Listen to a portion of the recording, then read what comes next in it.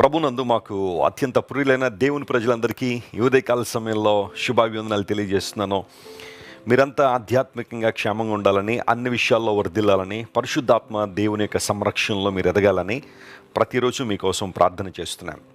యేసుప్రభువు వారు ఈ లోకంలో ఉన్న కాలంలో తన శిష్యులైన వారిని ఉద్దేశిస్తూ ఈ మాట పలికారు. పరిశుద్ధాత్మ మీ మీదకి వచ్చినప్పుడు మీరు శక్తి పొందుదురు గనుక మీరు నాకు సాక్షులై ఉంటారని. మనందరం యేసు ప్రభు సాక్షులుగా బ్రతకాలనే దేవుని యొక్క ఆలోచన. రక్షణ పొందిన మనం, భక్తిలో ఎదుగుతున్న మనం, విశ్వాసంలో అభివృద్ధి పొందుతున్న మనం క్రీస్తు ప్రభువును గురించిన విషయాలు అనేక మందికి సాక్ష్యం ఇచ్చినట్లుగా, అంతమాత్రం కాకుండా మనమే సాక్షులుగా మార్చబడాలని దేవుడు ఆశిస్తున్నాడు. అలాంటి కృప మీ అందరికీ దేవుడు దయచేయాలని మనస్ఫూర్తిగా కోరుతున్నాను. ప్రతి ఉదయాన్నే మనం దేవుని యొక్క వాగ్దానాన్ని ధ్యానం చేయడం ద్వారా దేవునికి మరింత దగ్గరగా రావడానికి పరిశుద్ధాత్మ దేవుడు మనకు సహాయం చేస్తున్నారు. ఈరోజు వాగ్దానం కోసం కనిపెడుతున్నారు కదా. పరిశుద్ధ గ్రంథం తెరిచి ఆదికాండము 8వ అధ్యాయము 1 వచనాన్ని చదువుకుందాం. Shall we turn our Bibles to the book of Genesis chapter 8 and verse 1.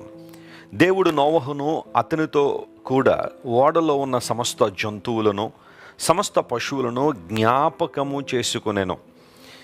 దేవుడు భూమి మీద వాయువు విసరనట్లు చేయటం వలన నీళ్లు తగ్గిపోయాను. నోవహు చరిత్ర పరిశుద్ధ గ్రంథంలో చాలా ప్రాముఖ్యమైన చరిత్ర, చాలా విశిష్టమైన చరిత్ర.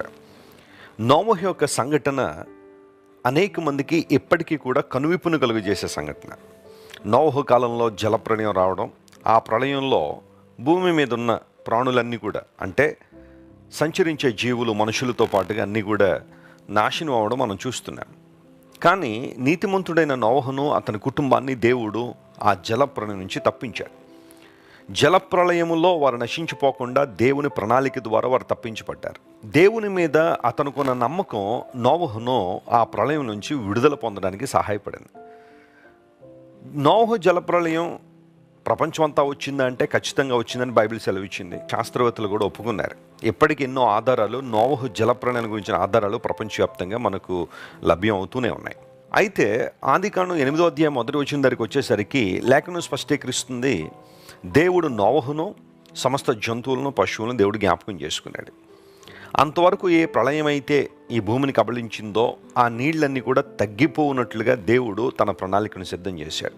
దేవుడు నోవహును జ్ఞాపకం చేసుకున్నాడు. నాకు అనిపిస్తుంటుంది, ఆ ఓడలోనికి నోవహు వెళ్ళిన తర్వాత తన కుటుంబం, జంతువులు, పక్షులన్నీ లోపల ఉన్నప్పుడు దేవుడు నోవహును జ్ఞాపకం చేసుకోకపోతే ఏమై ఉండును? నోవహు ఆ ఓడలోనే గతించిపోయేవాడేమో. కానీ దేవుడు సరైన సమయంలో నోవహును జ్ఞాపకం చేసుకుని ఆ ఓడ నుండి బయటికి తీసుకురావడం ద్వారా ఆ తర్వాత తన ప్రణాళికలను దేవుడు నెరవేర్చాడు. ప్రియులారా గమనించండి, దేవుడు మనల్ని జ్ఞాపకం చేసుకునేవాడు. జ్ఞాపకము అన్న మాట హిబ్రూలో జకార్ అనే పదం ఉపయోగించబడింది. ఆ మాటకు అర్థం ఏంటంటే టు బీ మైండ్ఫుల్.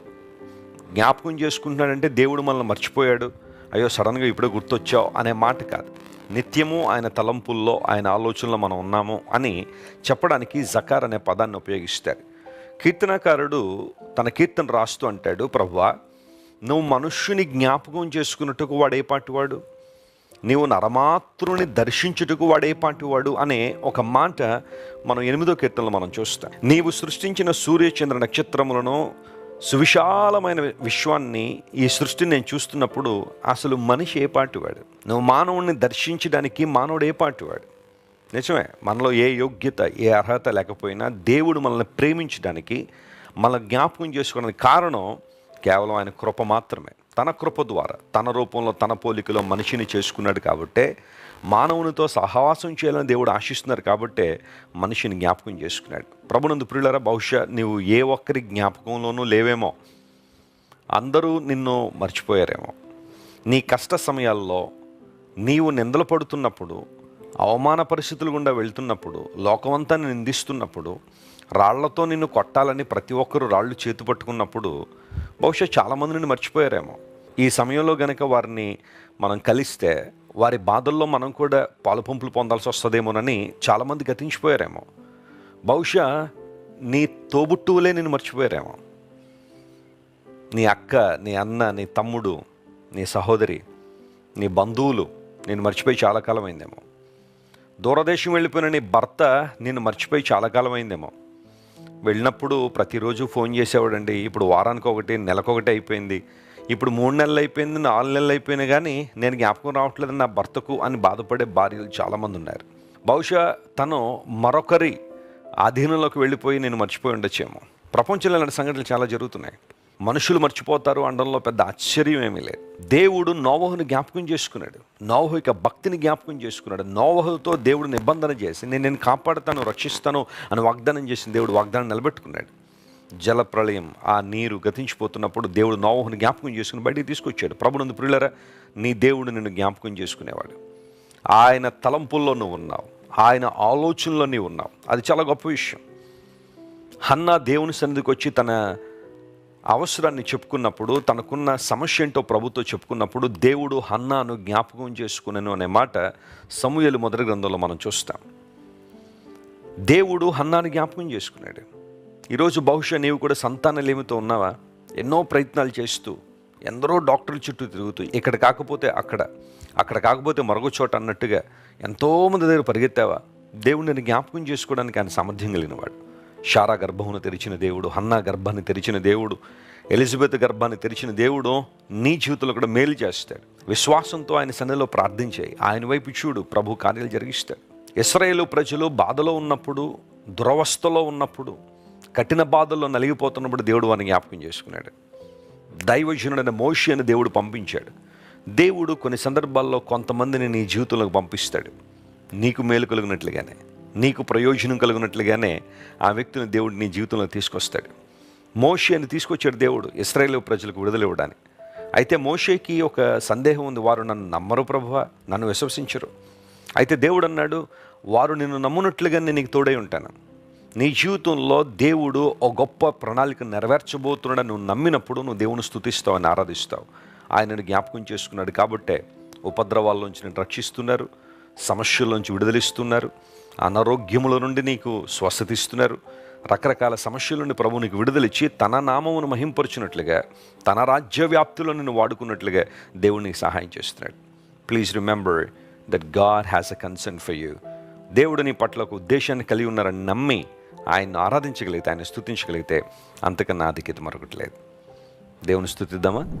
ప్రేమగల తండ్రి, ఉదయకాల సమయంలో మనస్ఫూర్తిగా నేను స్తుతిస్తున్నాము. ఆనాడు నోవహును జ్ఞాపకం చేసుకున్న దేవుడు, హన్నాను జ్ఞాపకం చేసుకున్న దేవుడు, ఇశ్రాయేలు ప్రజలను జ్ఞాపకం చేసుకున్న దేవుడు. నాయన, మాలో ఏ అర్హత, ఏ యోగ్యత లేకపోయినా నువ్వు మనుష్యుని జ్ఞాపకం చేసుకోవడానికి వాడు ఏ పాటి వాడు అని లేఖనంలో రాయబడినప్పటికీ కేవలం నీ కృప ద్వారా, అనిర్వచనమైన నీ ప్రేమ ద్వారా మమ్మల్ని జ్ఞాపకం చేసుకుని నీ మహిమ కొరకు వాడుకుంటున్నందుకు నీకు స్తోత్రాలు. ఈరోజు మా ప్రియులు ఎవరైతే నాయన ఎడబాటులో ఉన్నారో, ఒంటరితనంలో ఉన్నారో, కష్ట పరిస్థితుల్లో ఉన్నారో, వారందరినీ మీరు ముట్టి, దర్శించి, లేవనెత్తి, బలపరిచి నీ మహిమ కొరకు వారిని వాడుకోనండి ప్రభువా. నీ చిత్తానుసారంగా నడిపించండి. అనారోగ్యంతో ఎవరైతే సతమతం అవుతున్నారో వారికి ఆరోగ్యాన్ని దయచేయండి. ఆర్థిక సంబంధమైన ఇబ్బందులు ఎవరైతే ఉన్నారో వారందరినీ లేవనెత్తి బలమైన కార్యాలు వారి జీవితంలో చేయమని కోరుకుంటూ యేసుక్రీస్తు వారి ఈ శ్రేష్టమైన నామం పేరట అడిగి వేడుకొనిచున్నాం తండ్రి. Amen, amen. God bless you dear friends. Have a wonderful day. Christ worship centre ఓ బలమైన సంఘ ఉద్యమం. కొన్ని సంవత్సరాల క్రితం కేవలం ఇద్దరితో ప్రారంభించబడిన పరిచర్య నేడు ప్రపంచవ్యాప్తంగా లక్షలాది మందిని ప్రభావితం చేయుచున్నది. రాజమండ్రి, సికింద్రాబాద్, బెంగళూరు, నెల్లూరు, దుబాయ్, బెహ్రైన్, కరీంనగర్, విశాఖపట్నం, గద్వాల్, కొవ్వూరు, మలకపల్లి, శ్రీలంక, భూటాన్, అడ్డతీగల, పాలమూరు, ఒంగోలు, బళ్ళారి, కోరుకొండ, పోతవరం, నల్లజర్ల, వెంకటరామయ్యగూడెం, మచిలీపట్నం, ఇందిరానగర్లతో పాటు అనేక గ్రామాల్లో క్రైస్ట్ వర్షిప్ సెంటర్ ఆరాధనలు జరుగుచున్నవి.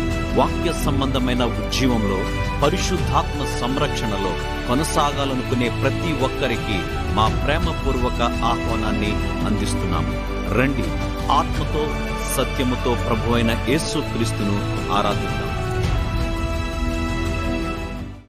మీరు ఇంతవరకు విన్న దైవ సందేశం మరియు దేవుని సేవకులు చేసిన ప్రార్థన మీకు ఆశీర్వాదకరముగా ఉన్నదని విశ్వసించుచున్నాము. ఈ సందేశాన్ని మీ స్నేహితులకు, బంధువులకు షేర్ చేయండి. మీకు ఏదైనా ప్రార్థన అవసరత ఉన్నచో మా ఫోన్ నంబర్లకు కాల్ చేయండి. దేవుడు మిమ్మల్ని ప్రేరేపిస్తే విశ్వాసంతో సాగుచున్న ఈ పరిచర్యను ప్రోత్సహించండి. మరిన్ని వర్తమానాలు, పాటలు వినుటకు జాన్ వెస్లీ మినిస్ట్రీస్ అను మా యూట్యూబ్ ఛానల్ను సబ్స్క్రైబ్ చేసుకొనండి. ప్రభువైన యేసుక్రీస్తు కృప మీకు తోడైండును గాక.